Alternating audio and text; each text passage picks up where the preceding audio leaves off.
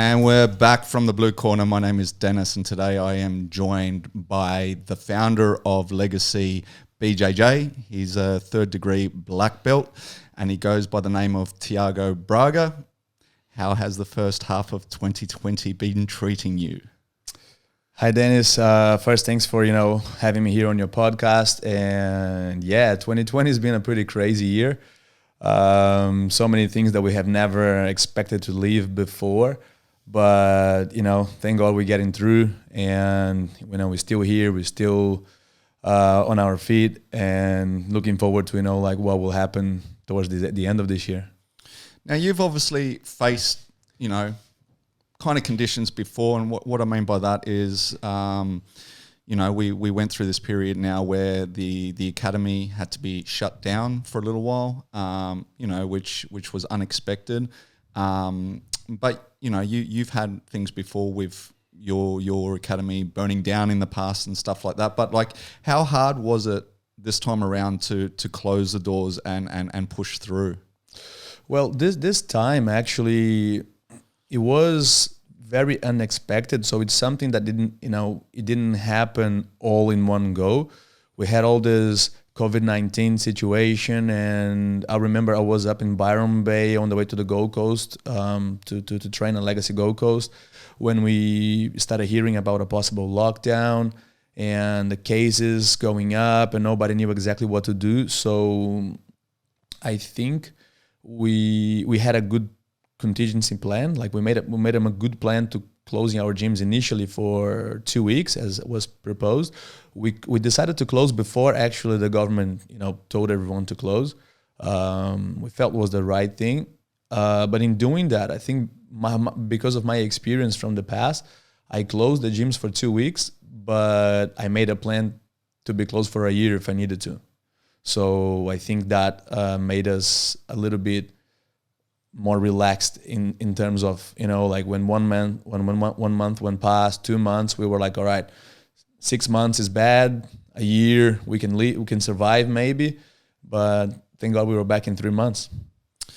And is it a thing that you only controlled the Sydney-based legacies, or when you made that call, was that a national call to close all legacy gyms? It was a national call, but the way I try to work then is, I don't like to make it as my call. For example, what I try to do is to have a meeting with all the legacy head instructors and owners, so we could together decide what was best. A few of us didn't want to close. A few of us were not very sure what to do. A few of us were worried about, how we would survive financially if we close all gyms. And I'm really grateful and thankful actually that, the other head instructors and owners put their trust on my idea of what we were planning to do in closing and how we dealt with the memberships and everything. But we did it together. It was a decision of all participants, all our team. I believe in team decision, like board decision. I think once you just pull much towards the dictatorship, you tend to make more mistakes, I think.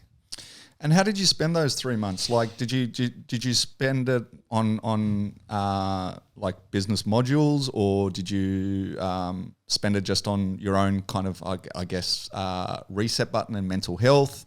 Because I know you probably would have wanted to spend a lot of that time on the beach since you had the time off, but then, they started closing all the beaches too. Yeah. So that was out of the equation. So how did you spend those 3 months? Look, I'm lucky. I live in the Northern Beaches, and during the whole time, over the Northern Beaches, it still was quite relaxed. We had a lockdown. We couldn't go to the beach for a period of time, but I think I went up and down. I had times where I tried to be motivated, and keep doing my own training and stay on top of it.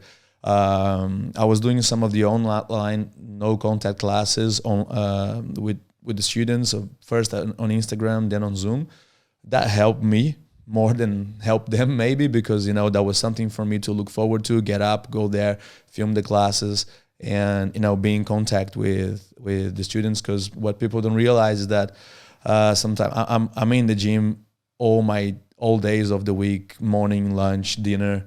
That's pretty much the people that I spend all my time with. They are my friends, my students, so it was a little bit tough in the beginning. I tried to spend a bit of time focusing on the business model for the gyms as well, and other business ideas that I had. I feel that even the accounting, like the bookkeeping and finances, I started learning more and doing a few courses, and trying to be more self-sufficient in terms of my financial ideas for the gyms and for myself. I think that's something that I have a bit of a passion as well, like the business side of things, that has been growing on me for the last few years, as well as the, on top of the jiu-jitsu side. But answering your question, I think it was tough at times, but I could make it through. I could, I could at times, go to the beach when it was allowed. I could do my own training. I could do the Zoom classes. So I was trying to keep myself busy. Some days I would sleep, a bit more than normal, but in general, I was feeling okay.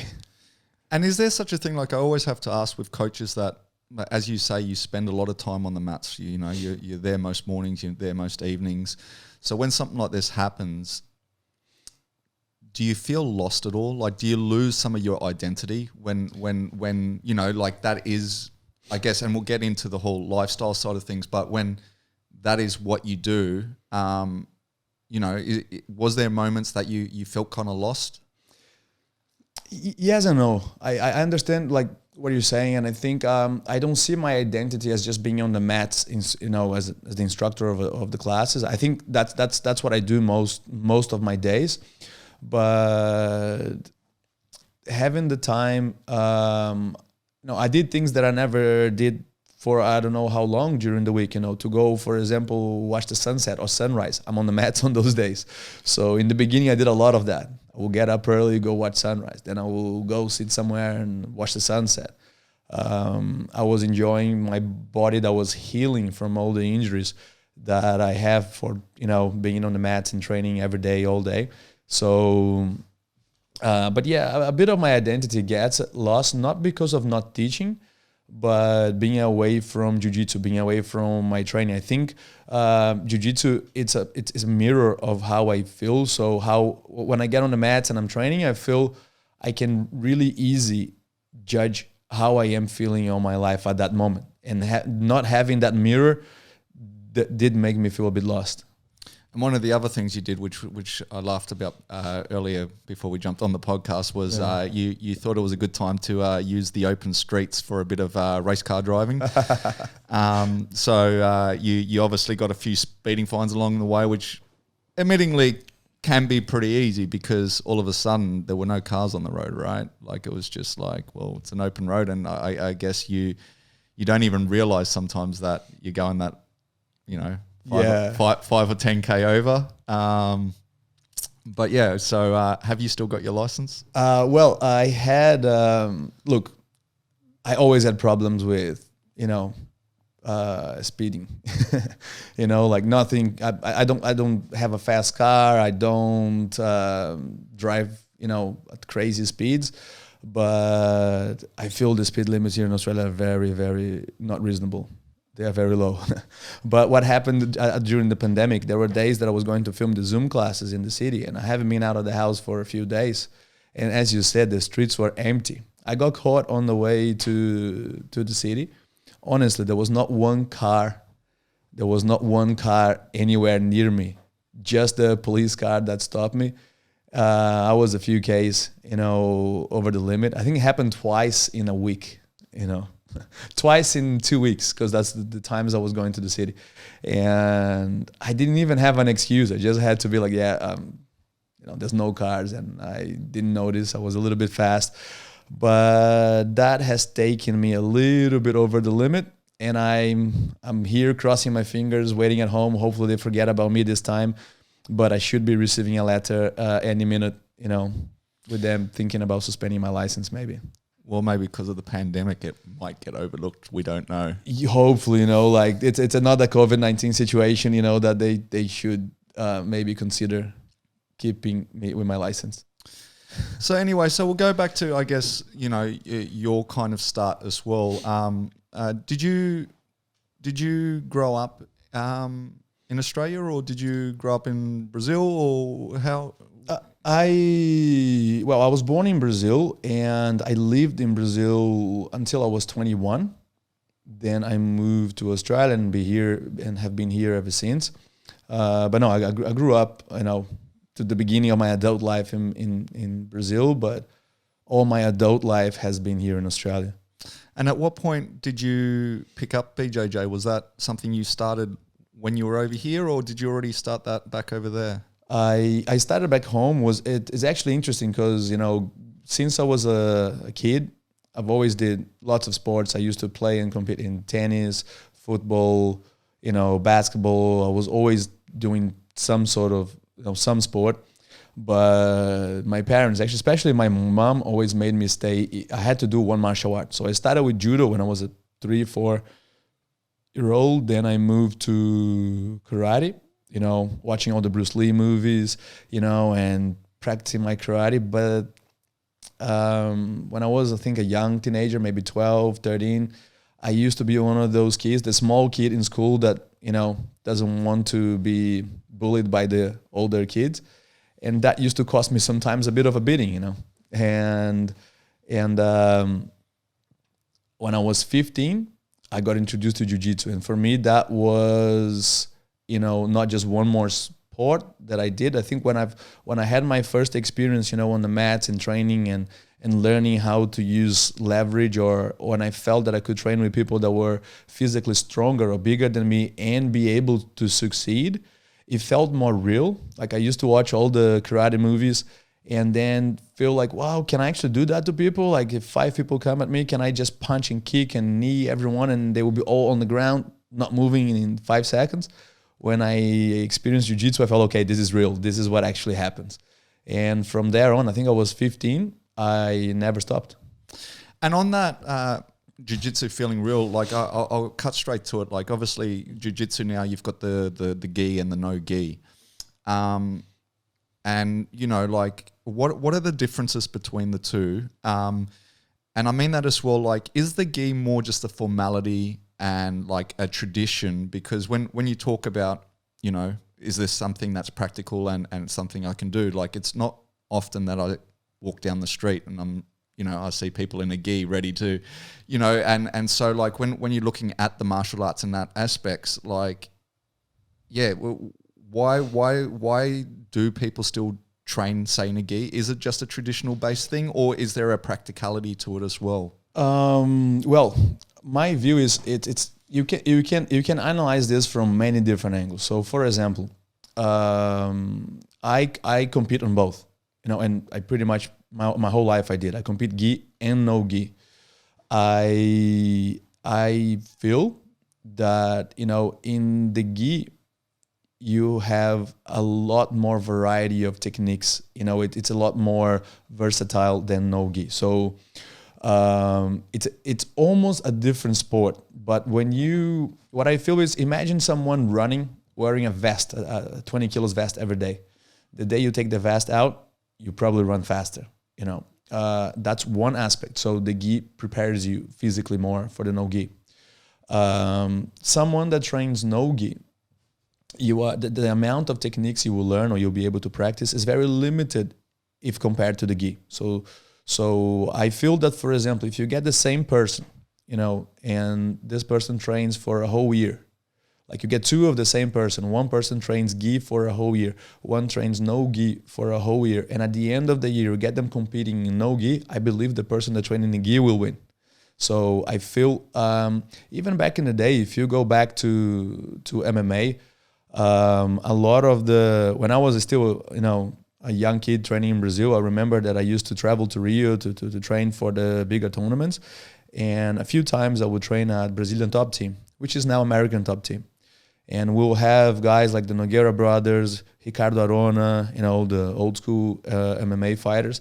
And the Nogueira brothers, for example, used to train in the gi still during their MMA career 2-3 times a week, like to sharpen up their jiu-jitsu. And the result was they were able to translate their jiu-jitsu, their half guard game and pride, perfectly. Like they were the few situations where we could see someone playing bottom half guard against fighters like Mark Coleman, Kevin Randleman, and not get punched, not get knocked out. I believe that was a good translation from the gi jiu-jitsu to MMA, to the no-gi. I guess where I'm asking with that is, like when you look at the original, say, UFC as well, like you had Gracie fighting in a gi. You also had other fighters fighting with one boxing glove and stuff. So obviously there were a whole load of different ranges where now, you can't wear shoes, say, in the cage. You can't wear a gi in the cage, even if you wanted to.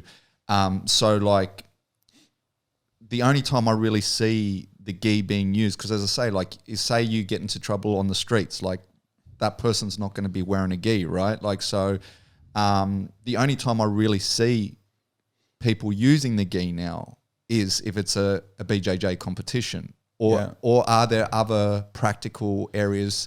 Because I know you say it translates, but like for me, it would be like, with the gi, you got the lapel and it's very sturdy, it's firm and stuff like that. And I know you're saying it translates, but like, for instance, if, you got into some sort of trouble or something like that, and your natural instinct is to grab that lapel and that lapel's no longer there, you get what I'm saying? I understand.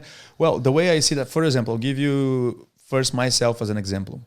I trained gi for the last 10 years every day. I train some days twice a day in the gi. I train no gi once, sometimes twice a week. And I usually take that as my off day. So I kind of train. Sometimes if I have a competition coming up, I train a little bit more seriously, but I will still train more seriously the gi. My record in no gi tournaments is better than the gi. Of course I competed a lot more in the gi, therefore I lost more as well, but I lost very few times in no gi. I feel so that's where I'd say it translates. But now if you, using your previous example, like beginning of UFC when you had Royce Gracie fighting in the gi, he didn't fight in the gi, and I heard this from himself teaching a seminar at my gym. He didn't fight in the gi for tradition or for any reason like that. His explanation was, if someone is fighting me and I'm wearing a gi, a lot of the time they will grab my gi instead of punch me in the face. And that gives me the chance to attack them back. So if I don't have a gi, they're going to spend all that time punching. And there, I wanted to say that, to take it to a real life situation where you said, on the street, people will not be wearing a gi, but they will also not be naked most of the time. Hopefully, if you get in a fight with someone and they are naked, please run away. It's not. But what I was saying is, and if you see in most cases in a street fight or in a real life situation, very few times happen like in the movies where the guys are having a clean Muay Thai combat and kicking and punching. It's one or two punches and someone will grab a shirt, grab a jacket, or hold on to something. It's our nature to grab, So if you have, even if you are arguing with someone and they come too close, you might grab the other person by the shirt. They might try to grab your jacket, grab your jumper, grab your hoodie. And that, when I feel it translates more to real life than the no-gi, very... Even with the rashis, because the rashi I classify as a shirt, and what I mean by that is like, a shirt could potentially rip, a rashi could potentially rip. Like, I don't see a gi ripping, like, because it's so sturdy. Yeah, right? So when someone's pulling you, like I think once again, like, because obviously no gi doesn't mean you're naked. No gi, you've got your rashi on, so you do have something. Or you're not supposed to grab. It's illegal to, when you're practicing no gi, you're not supposed to hold on to the rashi. And actually, when I started training no gi and competing in no gi, you would wear just the same as UFC. You wear just the MMA shorts, the little tights. That's all you were allowed to wear. If you show up with a t-shirt or a rash guard or some sort of other shorts, you will be a strange person, a weird person on the mat. So in the beginning was, no shirt and just small shorts. But yeah, look, there's different opinions to it. My view of it is that the grabbing does happen. And when training no-gi, you eliminate that 100%. Even though the other person will be wearing a rashi, you're not supposed, and you will never practicing holding that rashi. Actually, if you do hold that rashi in training or competition, the instructor or the referee will tell you to let go. So you get conditioned to never grab anything and never get anything grabbed on you. So then there's two sides of the coin. You know what I mean? Not grabbing at all or having something to grab. I feel that the gi gives you that view. So my basic view, my overview of it is, it does translate. I feel that if you are a very good, even MMA, I feel that in these days favor a lot not the jiu-jitsu fighters, favor a lot the strikers and wrestlers, because once you get to the ground, you're not allowed to strike anymore. Pretty much, you're not allowed to kick to the face, and a lot of things are illegal. So I take as the most complete grappling tournament in the world ADCC, which pretty much doesn't favor the guard pullers, and people that will sit their butt on the ground and try to play from there, but it favors the grappling. It favors the person that will take down and attack the whole time, and save a few exceptions like Gordon Ryan in the last year or so, last couple of events. Most of the other champions, I would say 95%, are the champions in the gi that train no gi for that tournament and compete there. I haven't seen many or any other no-gi full-time competitors winning ADCC, which is a no-gi tournament.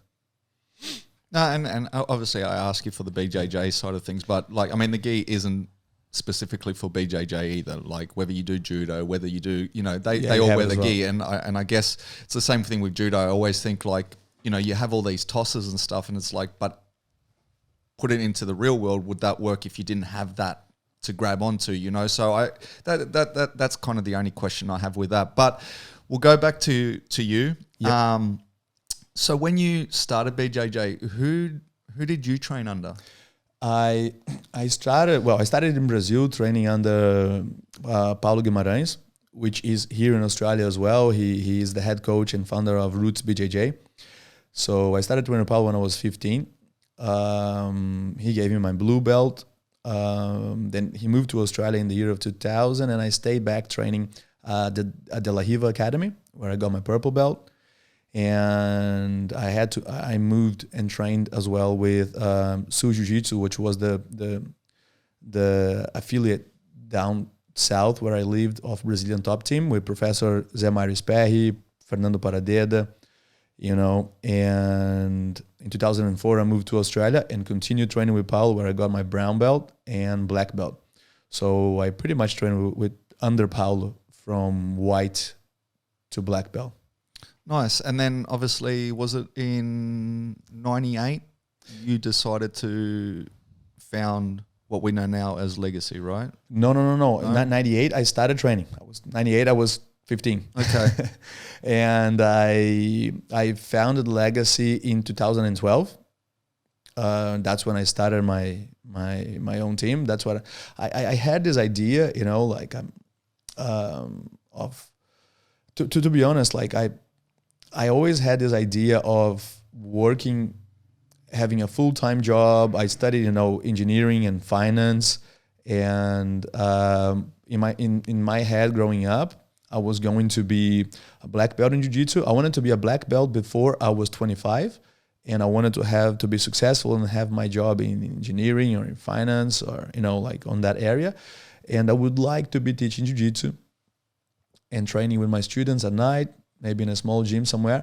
It was never the plan to work full-time with Jiu-Jitsu until I was a few years black belt already. Before that, Jiu-Jitsu was just like something that I felt that I loved too much to work with it. I was really scared that if I did as a as a full-time job, that I would fall out of love with jiu-jitsu, and I would feel that it's just work and I don't want to do it anymore. So I resisted a lot to work with jiu-jitsu full-time for a very long time. And what was the kind of reasoning of starting your own, I guess, academy rather than say what, I mean, and I mean, like, you know, you've got Lucas up in Queensland under the Legacy brand and stuff like that. So if you're saying you grew up through the Roots system, what was the decision-making process between starting your own academy and potentially starting or opening another Roots location, if that makes sense? Or was that option never kind of available at the time? It was. No, I did for a while, actually. We had, I had, my first academy was a Roots Academy under Paulo Guimarães. I feel that, you know, like, Paulo has been for me, you know, a lot more than just a professor, instructor, you know, like, since he knows me since I was 15. So like I grew up under his guidance, following, you know, to this day, the way I teach my classes, the way I think about jiu-jitsu and a lot of things, the way I think about life, I attribute to him, to his teachings, you know. But when we were growing up and when I decided to move and work full-time with jiu-jitsu, I realized that there was one thing missing, in my opinion. I'm lucky to come from a great lineage of black belts. So I'm a black belt under Paulo Guimarães, who is a black belt under Professor Jorge Pereira, who is a black belt under Rickson Gracie. You know, so I'm the fourth generation after Rickson Gracie in that lineage. But one thing that I felt is jiu-jitsu back in the day, there was one thing that we didn't have that we have now. The idea of, you know, like if you think of your martial arts school from not 15, 20 years ago, if you had a karate school or judo club, usually you have your daytime job. You are an accountant or a doctor or a lawyer. And in the evening, you are on the back of a council hall or the back of your house, and you have a little area where you train your students. They have a little attendance card that they pay you per class, or they pay you like a 10 pass, and that's it. It's not a business, you know. So people don't really live of it. And I felt that, you know, the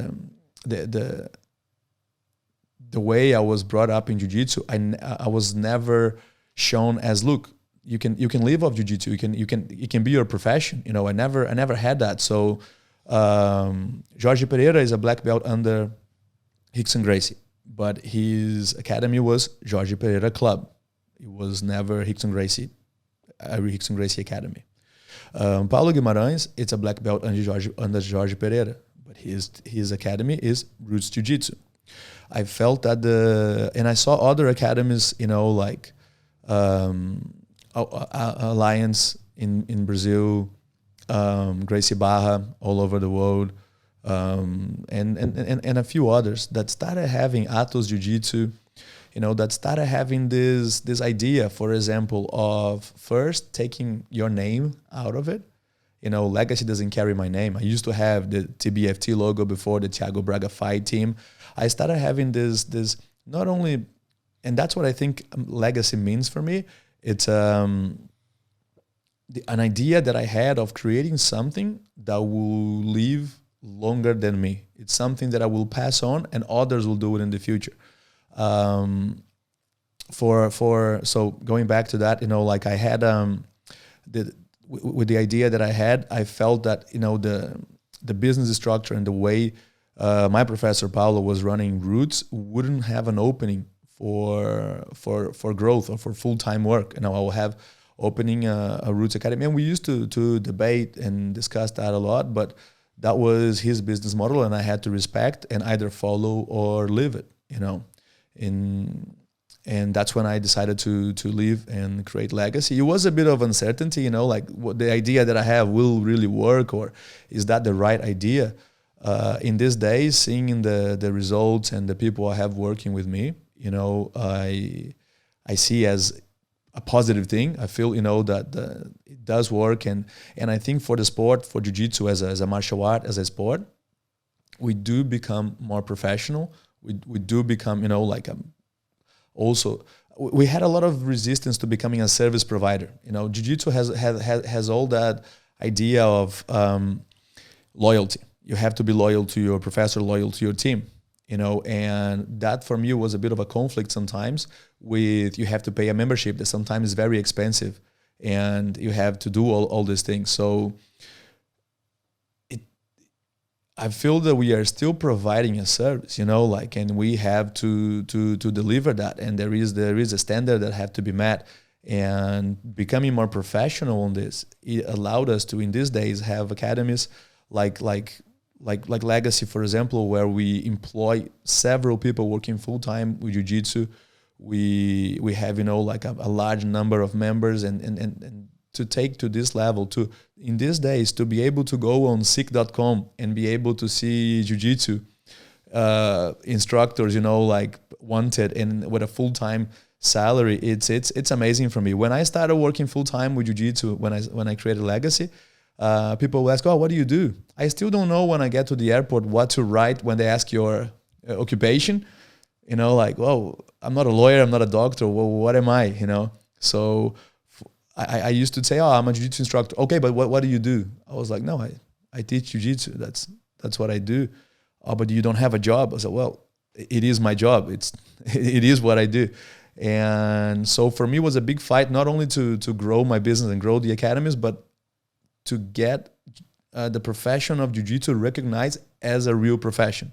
And I think the main thing with starting Legacy and doing, and going my own way was to achieve this goal. Which is kind of funny. I've actually got a friend and he's a musician, and he had the same problem one time. He was on the phone and they asked, what do you do for a profession? He says, I'm a rapper. And they said, what do you rap? And he's like, I rap like a rap. And they were thinking like a rapper, like a Christmas present rapper or something. And he's like, no, I make music, But look, you took the words out of my mouth in the sense that my next question was going to be, how did you come up with the name Legacy? And did you ever consider calling it, the Braga Academy or something like that? When it comes down to the loyalty, you speak about the loyalty, and I see that a lot in the BJJ. Is that also to do with the competitive nature, or because I guess where I'm going with this is when you look at say mixed martial arts, you see a lot of especially for training camps, a lot of people bring fighters in and so forth, and there's a lot of kind of mix and cross, where I find that a lot of BJJ academies, they're very strict on that loyalty side of things. You wouldn't want someone to be training for your academy and then also training, say, in Roots or say in Gracie or whatever. You kind of got to choose which academy you want to kind of stem your loyalties to. Is that is there reasoning behind that, or is it just a competitive thing, or? There is. I feel that, and some places don't do it like that. I feel like Melbourne academies are a little bit different to Sydney. I think the way we do in Sydney is a little bit more, some people say old school or I don't know other words to use, but I believe in, you can say loyalty in that sense, but it's like you have a team, and in a competitive sport like ours, having a team is very important. I had situations that I allow visitors at my gym from any club in the world. And I encourage my students to visit other clubs as well when they're traveling, when they are anywhere. I actually recommend clubs when they travel in Australia or overseas. I just feel that if you're part of a team, your training, or majority of your training, is within the team. And there's another situation that arises from this, which is there are quite a lot of people in these days, they become black belts. And if, for example, when you ask me, where my jiu-jitsu, where I started, or what is my lineage, and I say I'm a black belt under Paulo Guimarães, I was graded under him, I trained under him, I've learned jiu-jitsu under Paulo Guimarães. A lot of people in these days, because they float here and there, they are self-made. They learn jiu-jitsu by themselves. Nobody taught them, you know. And I feel that if there is one thing that I want from my students, it's, I hope, and a few of them are actually getting better than me, and they will be hopefully by far better than me. But if one thing I think an instructor, like a father, would want, is that recognition of their work, of, you know, like just look back and know where you came from and how you got there. I think it's a very good lesson as well for people to learn, you know, that jiu-jitsu is an individual sport, but at the same time, it's a team sport. It's a team sport. You cannot do it on your own. You know. And one last thing on this is that I had this thing about training with your team, and I allow visitors, but if you are from another team and you come to Legacy, for example, to train on a part-time, full-time basis, which I had situations like that. I had a student that they used to come from far away, you know, like and his dad is my friend, and said, oh man, my son, you know, is going to Sydney. Can you train at your academy? And he was there every week, sometimes twice a week, and, you know, great guy, like great for training, but we are a competition team as well. And at comps, you know, like this student will be with his team there on the side that will competing against our team. And a few of my students came to me and said, Thiago, you know, like, all right, you know, like you let the guy come train with us, but now he's there with all the guys that are going to compete against us, and he's been in our team within our training that we're preparing for this tournament. So, you know, it's not great, you know. And I felt that I was letting my students down by playing like that. It's the same as, imagine here in Sydney, if you play for the mainly Seagulls, but you go train with another team during the week. Would that be ever allowed? How would people feel about if you walk into another team's, you know, training camp, like, oh yeah, guys, I come here to train with you this week, you know, I'll come once a week here. People will be like, hell no, get out of here, you know, like you're from a different team. We don't have that in jiu-jitsu. We can visit, you know, I go visit. I visit my friends when I'm, you know, in other cities. I visit pretty much every academy that I have a chance to, but yeah, that's my view on the loyalty side of it. Nice. And so with the grading stuff, let's get onto that. Like, how does that all work? You know, is there, like, when you go through the ranking system, is it skill based? Is it time on the mats based? I guess, is there a governing body to how grading happens, or is it up to each academy to set their own kind of standards? You know, because you sometimes hear about, like, well, I got my black belt from this academy, and then some people will get it from that academy. Does that mean that they're at the same level, or, you know, like how does the grading all work? That's the grading jiu-jitsu it's an ongoing thing. I think it's been progressing a lot, you know, and it used to be just, yeah, your instructor gives you a belt whenever he feels like. It still is a little bit like that, but I've grew up my whole life like this. Whenever my instructor felt like giving me a belt, I will get a belt. There was I never knew when was going to happen, or, you know, what did I need to do more to get my next belt. I just needed to go there and train, and one day maybe it would happen. Without a doubt. But what I'm saying is, like, say to move on to the next belt, would I need to, as a professor, would I need to, for instance, spend 200 hours to be eligible to get the new belt? Or would it be that I have to be in the competition team? Or would it be, because sometimes you also see, you know, at the end of fights, the coach will come into the cage and he'll grant whoever that fighter was with their new belt. Like, is it, you know, that I completed a certain move in competition and that grants a belt? Like, how does it all work? Yeah, so as I was saying, you know, there is that side, how it was and how it happened to me my whole life. And then in more recent years, the International Federation has created a standard, you know, like for each belt, a minimum time for each belt. So, you know, I think from white to blue is like a year and a half. And then it's on average 2 years per belt. so you can get from white to black, I think in about 6.5 years minimum. So this is a standard. For black belts, the grading is different. I'll get to that, in the end. But in saying that, we are still our criteria prevails on how we want to give belts to our students. So we can decide that, on daily basis how we do it. I've always done by surprise without telling people much about it. What do we look for, or what do I look for? It's not only level, like you said, you got to be in the competition team and be a really great competitor. It depends. Is that what you are? I try to analyze each person individually. If I have a competitor, a student that is a high-level competitor, I will not award him his next belt unless I feel he is ready for it. He completed everything he could in his current belt, because a good way of ruining the career of a competitor is promoting him too early, because then he is at the bottom of the next belt and he's got to build it up all again. So usually you promote them when they are at the very top. So when he gets to the next belt, he's already sits there comfortably and he's ready to compete. But there are also other cases. Let's say that guy that trains 3 times a week, 2 to 3 times a week, and he works full time. He's got a family, and he loves jiu-jitsu. He uses all his spare time for jiu-jitsu, but he is now 48.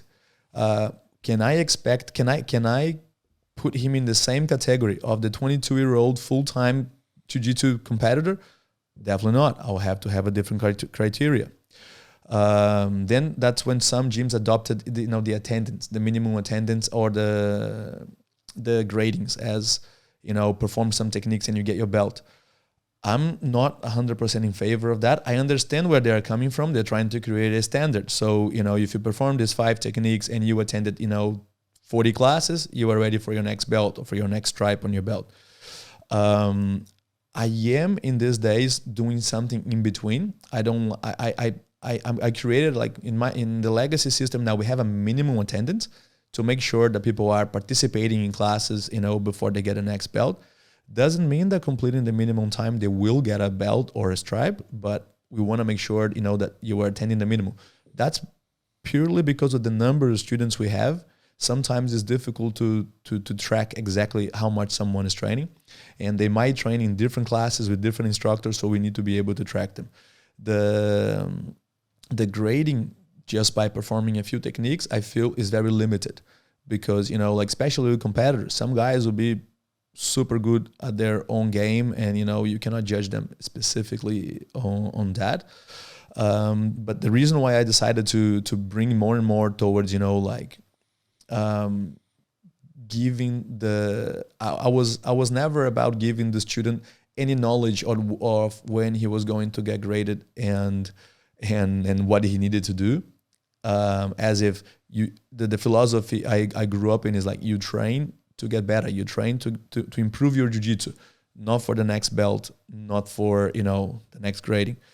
But in these days, people need some I think we need more motivation than we needed before. I think everything, it's faster. Everything, you need a reward straight away. That's why, people keep the grading is just an example. It's a mirror of real life. I feel people that are trying to, know when they're gonna get graded and know when the next thing will happen. If they do this, when they're gonna get the return.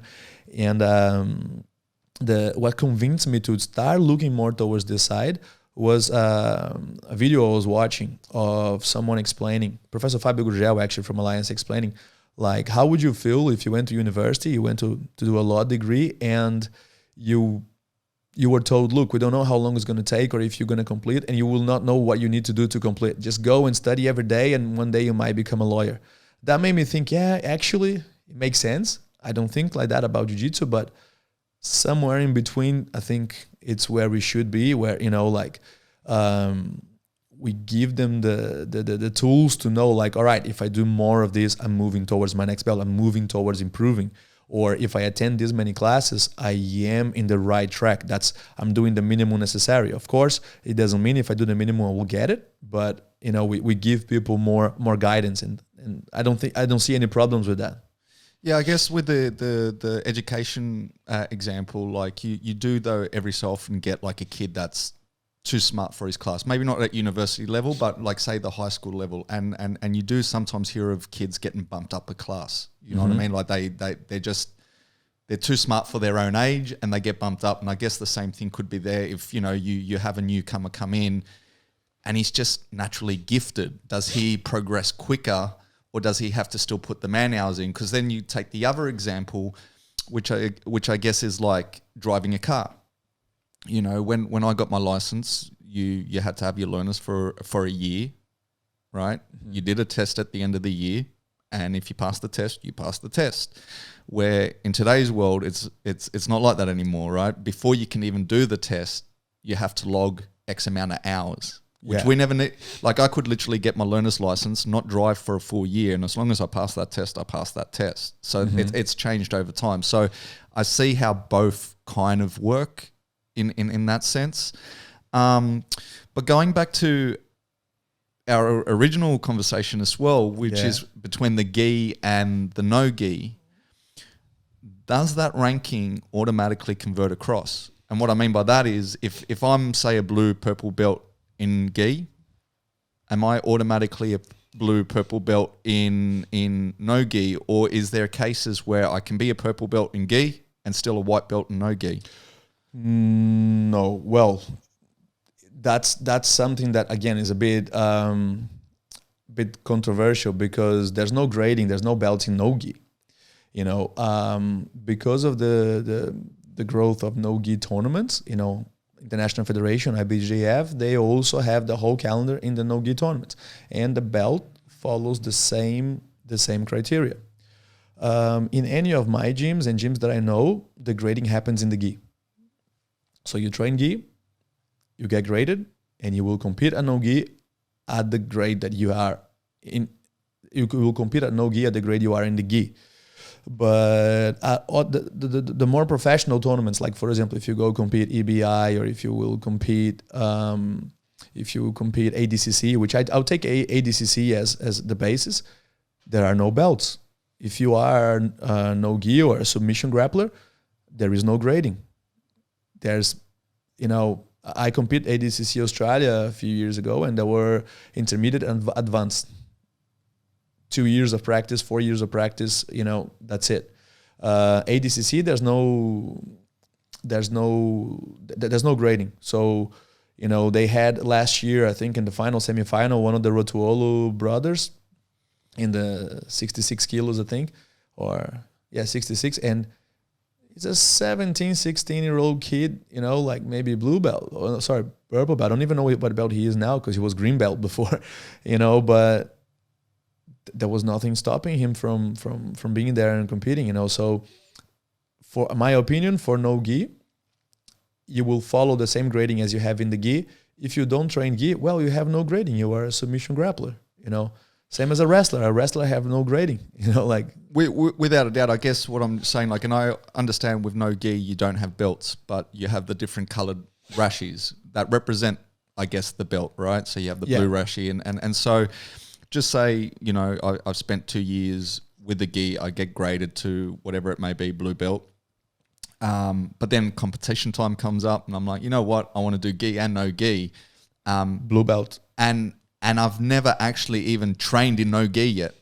Do you understand what I'm saying? Like, so, like, do you think they need to be totally separated, or are you happy then going, look, I know he's got enough skills and qualifications with the gi that I'm happy for him to represent the team in no gi under that same structure? Yes. Well, I would first, you know, in what you said, I would want, like, one of my students, if he's going to compete in no gi and he's a blue belt, I would hope that he at least had, before he jumps in the competition, he practiced a little bit, you know, so he will at least have a feel of no gi because he will be competing in the blue belt division, you know.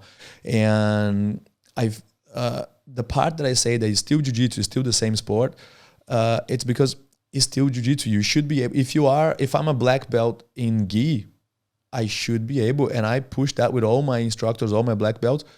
I don't like no gi very much. That's all right, but it's still jiu-jitsu. You gotta know, you know, like, it's like, you know, a judo competitor, for example, a judo black belt. If he comes to jiu-jitsu, he might not know jiu-jitsu, But because of the similarity of our two sports, he starts as a blue belt because he is at a level, he's got the basic knowledge to be a blue belt. So that's how I feel between gi and no gi. If you have a belt in the gi, that belt should translate to no gi. If you only train no gi, means you are not in the jiu-jitsu system, so you don't need a belt. You can just, you will be on a separate case.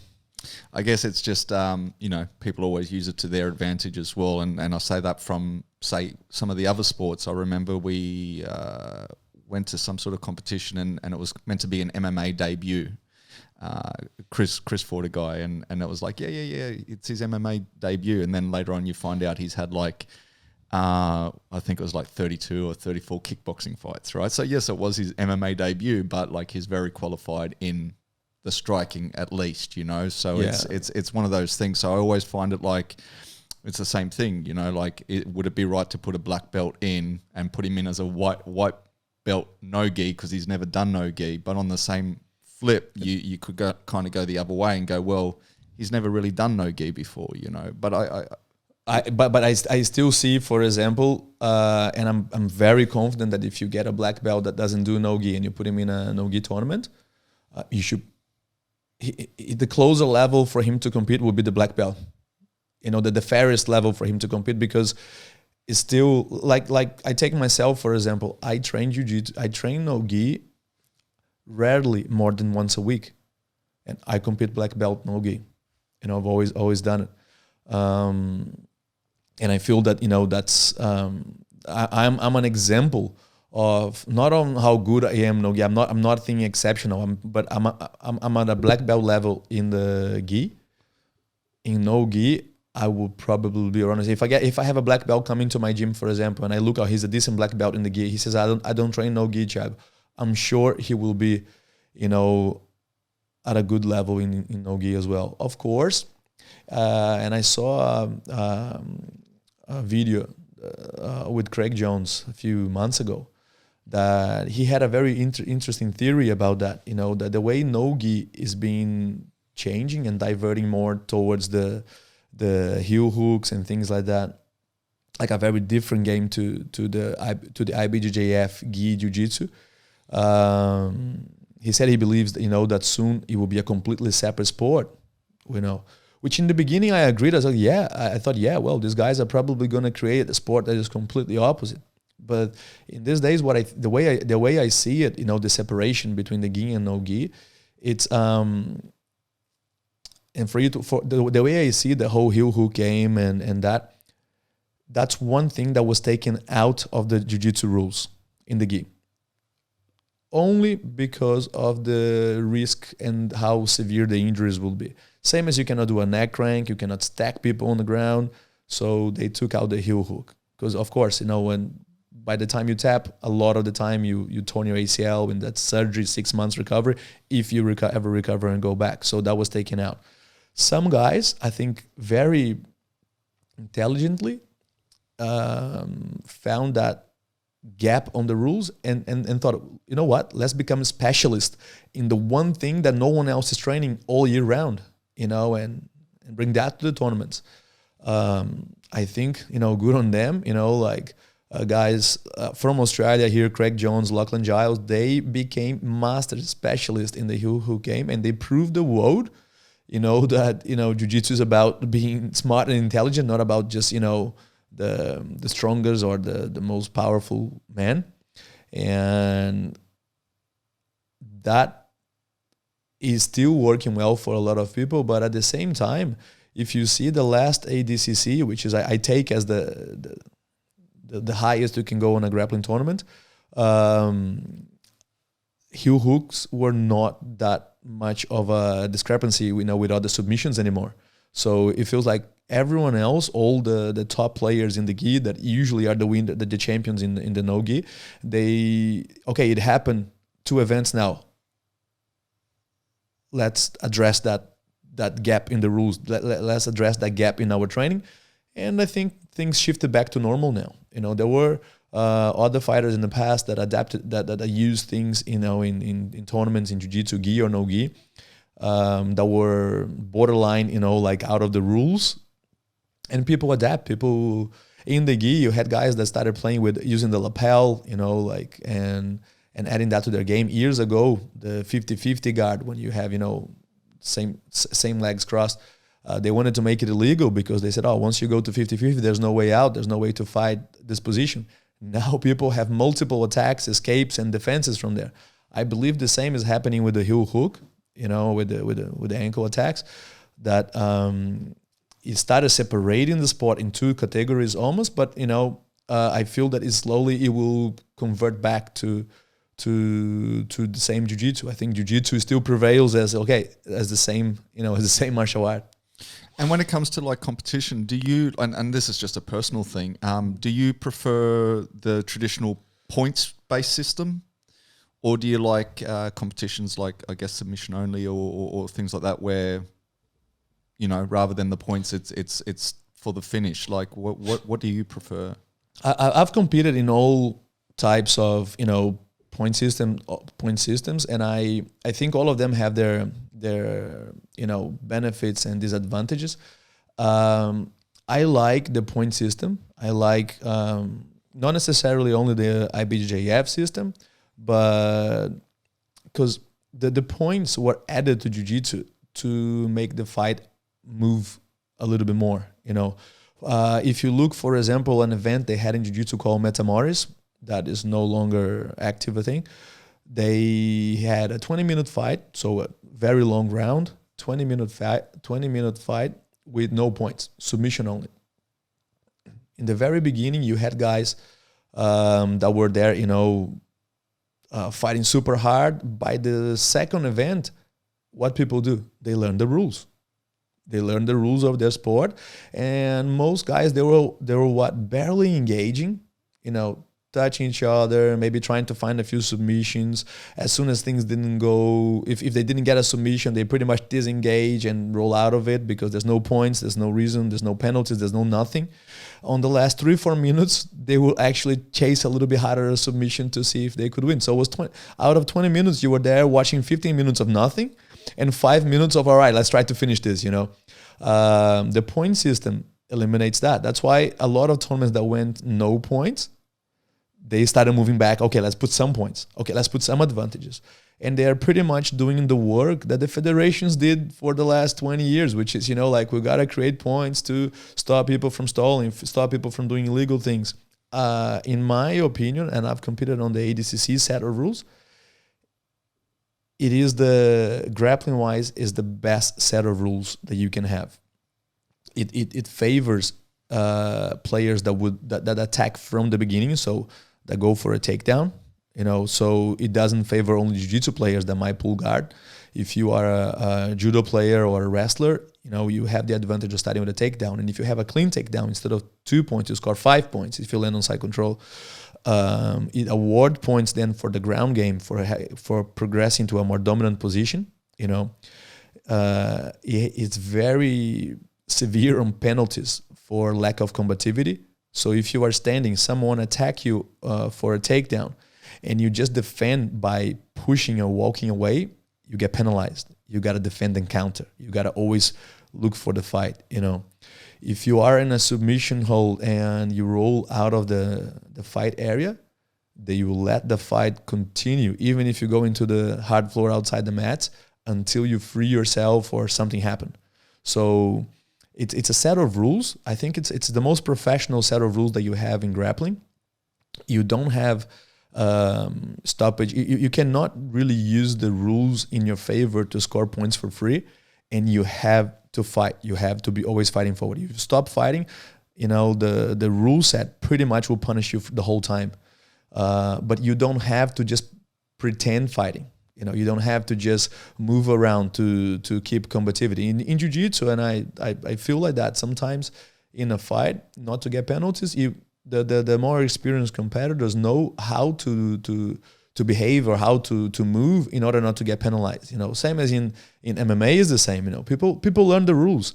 If you think how when they had Pride back in the day, with I think first round was 10 or 15 minutes, then it dropped down to 5-minute round. and for jiu-jitsu players was much better the longer round, because you have more, once you take someone down, you need time to wear them out and finish them. With a 5-minute round in UFC, people train their fitness to a level that a lot of the fighters that maybe don't have the skill to be at the level they are fit and strong enough to move around and pretend they're fighting for 5 minutes. And that's when we start having the not so nice fights in jiu-jitsu, in MMA, in any sport. And now going back to you, third degree, and I guess back to the grading, how does that work? Because obviously everyone always wants to get to the black belt. But obviously that it doesn't finish there, right? So as yourself, you're a third degree black belt. How does that grading work? And also, is there an end? Like, is 4 degree, 5 degree, like, or does it just keep going? And say for yourself, being third degree, if you wanted to go 4th degree, how do you go about that? Like, do you have to go back to your original professor, or how does that all work? Yes. With the black, like I was saying before, and we moved away of this. The gradings for black belts are different to the other belts. So the other belts, your instructor will grade you as he sees it fit. There is guidance from the International Federation, so the minimum times and all that. But it's still up to the instructor. Once you get to the black belt. And that's I believe, for the reason of controlling the sport a little bit more and avoiding, people that just want to profit from it, putting a black belt around their waist and, I'm a black belt, open a gym. And we had a little bit of bad experiences in the sport with people doing this and not providing the right teaching or the right service. And then later finding that, this is a fake black belt that is a scheme. So the way the federation did, there's a lot more control on this, and the way the grading works is your first 3 degrees, it's 1 every 3 years. So after 9 years as a black belt, I got my 3rd degree. So 3 years, 3 years, 3 years. Now the 4th, 5th, and the 6th will be 5 years apart. Then after that, I think you have the coral belt. Then 7 years, you get the 2nd coral belt. Then I think 10 years later, you will get your red belt. The red belt, supposed to be the last belt in Jiu-Jitsu. Recently we have Master Flavio Berding, that was a red belt for, I think, a period of time, maybe 10 years. And he progressed to back to a white belt with a red tag at the end. I think, the problem with the time is people end up living too long and you pass all the belts now. But in the way I see it is, it's not that the black belt is the end. I personally felt that the black belt is the beginning. The moment you get to your black belt, you will get your degrees by time. But I felt, at least, in the it's like a kid in school, wanting to get your driver license, like you mentioned. You want to do all they have to put barriers before they give you the full license to drive. So they have to put the L's, the P's, the red P, the green P. Okay, now you have full license. Now you start practicing driving. I feel that in Jiu-Jitsu is the same thing with the belts. We have to hold people back with the blue, purple, brown, black. For little kids, they get now 12 belts. They have the white, the 3 grays, the 3 yellows, the 3 oranges, the 3 greens, and then they get to their blue belt from 15.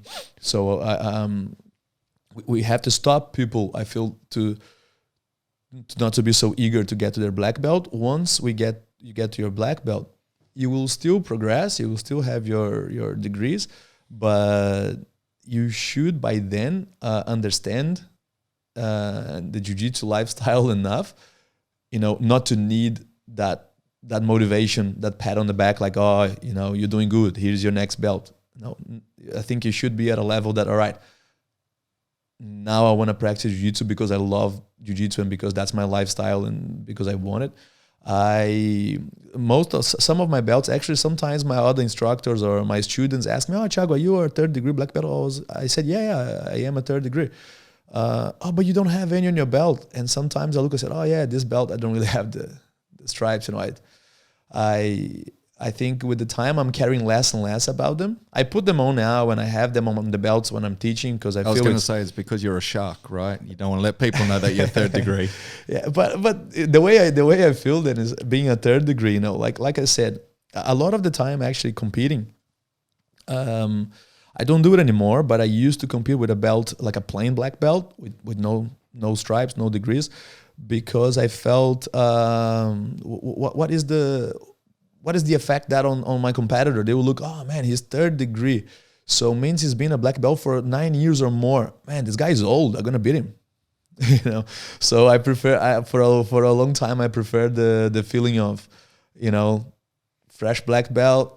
Try to shave, look young. They think, okay, he's more of a threat now. You know, it's another young competitor. It's not like an older guy trying to play tough here. So I guess we are going to start to wrap it up. But before we do, I just want to ask you one last thing, and that's because you brought it up. Yeah, the BJJ lifestyle, right? Yeah. Like it's always called a lifestyle. Why is it? What makes it a lifestyle? And yeah. What makes a lifestyle is I feel is I compare it to surfing. You know, you have the super radical surfers, you know, they're trying to catch the biggest waves or trying to do the craziest acrobatic tricks, and the surfers that just want to ride their wave, you know, and enjoy the sun and feel good about what they're doing. I think Jiu-Jitsu, it's a lifestyle in the same sense.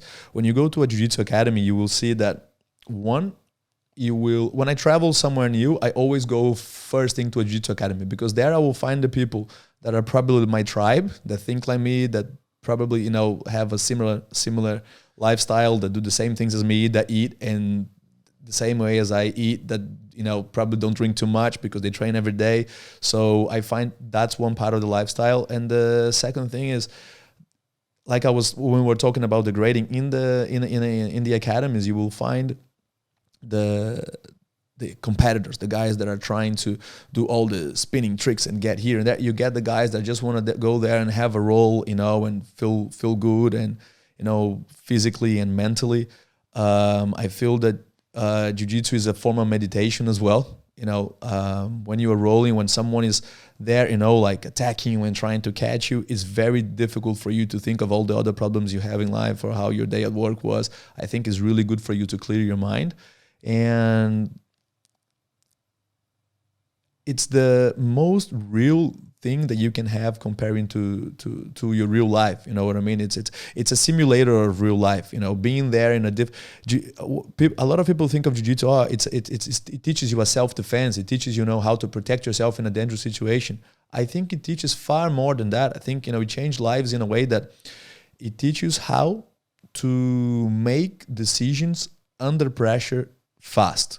That's what you're doing when you're training Jiu-Jitsu. That's what you're practicing there without knowing. So I feel, you know, for your life, for our life, there's no better skill to have in whatever profession, in whatever situation you are, in a relationship. You got to know how to make decisions under pressure, you know, sometimes fast, you know, and I feel that's why I consider more of a lifestyle than just a sport. And I guess it also teaches you how to deal with the ups and also the downs, right? Because, you know, on the mat, sometimes you're doing really well and sometimes exactly you don't do so well. Okay, final thing before we go. Looking back on your legacy, yeah, what are some of your highlights? And it's whether it's your personal, you know, competition-based highlights, or whether it's highlights as the professor of legacy, like, you know, just having a look back at what you've achieved thus far. What are some of your highlights? If you asked me this question maybe a few years ago, I would straight away think of my highest achievements as a competitor. You know, like in Australia, I've won several times the Nationals Pan Pacific.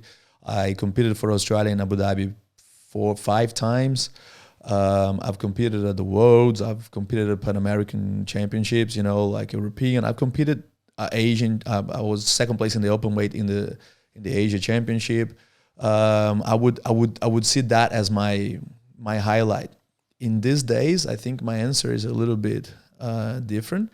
I still very proud of those achievements, but I realized that every time I won any of these big tournaments, I have a couple of bags that I have under my bed with the medals. I realized that I was very happy winning those medals, but I would put them in the bag, throw them in the bed, and I don't have them hanging anywhere. So I felt like, well, that's not really why I do this for. In these days, I feel that the changing lives aspect, it's much more of a highlight in my life. Like when I see legacy now, how many whole families are training there, how many people changed their life for the better through jiu-jitsu. I think for me, it's the biggest achievement I could have as a jiu-jitsu competitor, fighter, as a professional, as a business owner, So I think that's why I focus a lot more in these days in the I would say the business side, but it's not really the business side. It's in the growing side of jiu-jitsu than only my competition and like my personal achievement as an athlete. Nice. Well, I'm going to finish it there. I'm sure we'll get you back at some point in time because there were a few more things that I wanted to talk about. But listen, for people that want to reach out to you, maybe give BJJ a go, find out where the academies are nationally. What's kind of the best way of getting in touch with you? And I also know that you do have a try before you buy. I saw on your website that you do offer a free session for people to come apart from open mats. But for someone wanting to kind of get involved or see if it's something for them, what's the best way to kind of reach out to you? Guys, the best way is legacybjj.com.au. You can contact us there. You can go through our Instagram or Facebook pages for each academy. We will reply straight away. And yes, we do offer free trials. We do offer, 2-week trials. And if you would like to come to any of the Legacy, even if you're walk pass or drive pass, when you would like to walk in and ask about training or get a bit of information, you're always welcome to come and reach out. Well, on that note, I have to say I thank you so much. It's always, fun chatting to some people and especially when you make the time to come on in. And I think it's about time maybe I dust off the gi and jump on the mats again. But until then, we're going to leave it at that and we'll see you next time. I'm a